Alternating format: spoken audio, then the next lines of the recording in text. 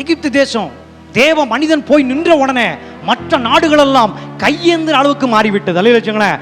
நாமும் தேவனுடைய பிள்ளைகளாய் இருக்கிறோம். நாமும் தேவ தரிசனத்தை பெற்றுக் கொண்டிருக்கிறோம். நாம் போகிற பாதை என்பதை நாம் அறிந்திருக்கிறோம். நாம் இந்த உலகத்திற்கு உரியவர்கள் அல்ல, இந்த ராஜ்யத்திற்கு உரியவர்கள் அல்ல, பிசாசுடைய கூட்டத்தில் இருப்பதற்கு அழைக்கப்படவில்லை, நரகத்திற்கு போக வேண்டியவர்கள் அல்ல.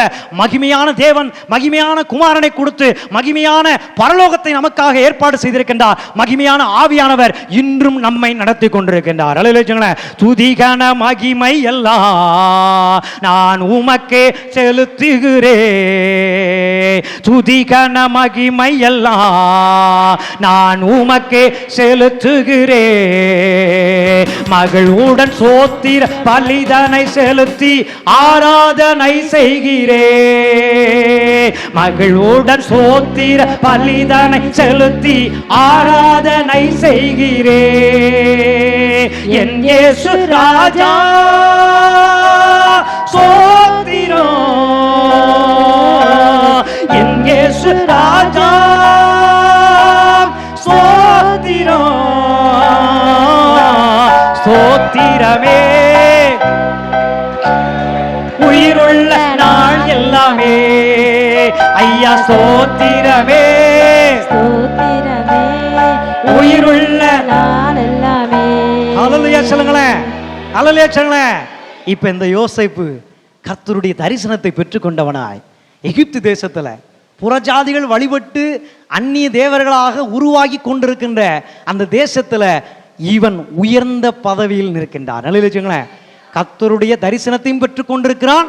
அந்த தேசத்தை முழு தன் கட்டுப்பாட்டில் வைத்திருக்கக்கூடிய அதிகாரத்தையும் பெற்று இருக்கின்றார். நல்ல இப்ப நீங்க நல்லா கவனிக்கணும். நீங்க கவனிக்கும் போது நல்லா புரிஞ்சுக்க வேண்டிய ஒரு விஷயம் என்னன்னு கேட்டீங்கன்னா, இந்த யோசேப்பையும் இயேசுவையும் ஒன்றாக பார்க்க முடியும். நல்ல இதோ வாசற்படியில் நின்று கதவை தட்டுகிறார். எவன் ஒருவன் சத்தத்தை கேட்டு கதவை திறக்கிறானோ அவனோடு கூட நான் என்ன செய்வேன், வாசம் பண்ணுவேன், போஜனம் பண்ணுவேன், அவனும் என்னோடு கூட போஜனம் பண்ணுவான். நல்ல வச்சுங்களேன். அப்ப இயேசு கிறிஸ்து யார் என்று யோசேப்பை பார்க்கும் பொழுது நமக்கு ஞானம் வருகிறது. அவர் நமக்காக பரலோகத்தின் ஆகாரத்தை நமக்கு கொடுக்கிறவர். நல்ல வச்சுங்களேன். அவர் யாரு? பரலோகத்தின் ஆகாரத்தை கொடுக்கிறவர். பரலோகத்திலிருந்து தேவன் என் பிள்ளைகள் ஆத்தும தாகத்தினாலும் ஆத்தும பசியினாலும் உலகத்திலே திக்கு தெரியாம என்ன செய்றாங்க, தவித்து கொண்டிருக்கிறார்கள். அவர்களுக்கு பரலோகத்தினுடைய ரகசியத்தை உள்ளடக்கி அதை நமக்காக கொடுத்திருக்கின்றார். அல்லேலூயா. இந்த யோசேப்பு தன் சொந்த சகோதரராலே 20 வெள்ளிக்காசுக்கு என்ன செய்கிறார், அடிமையாக விற்கப்படுகிறார். ஆண்டவர் இயேசு கிறிஸ்து உருவாக்கின சீசர்களில் ஒரு சீசன் 30 வெள்ளிக்காசுக்காக இயேசுவை என்ன செய்கிறார், காட்டி கொடுக்கின்றார். இங்கே அந்த அதிகாரியினுடைய மனைவி இந்த யோசேப்பை இச்சித்து என்ன செய்கிறார், சிறைச்சாலைக்குள்ளே தள்ளுகிறார்.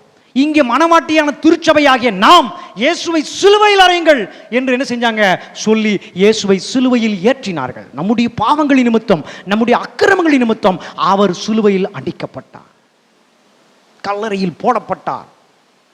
ஆனாலும் ஆண்டவர் இயேசுவை உயிரோடு எழுப்பினார். அல்லேலூயா. இங்கேயும் தரிசனம், அவனுக்குள் கொடுத்திருக்கிற தரிசனம் அவனை ராஜாவாக உயர்த்தி எழுந்தது. அல்லேலூயா. நமக்கும் கர்த்தர் தரிசனம் கொடுத்திருக்கின்றார்.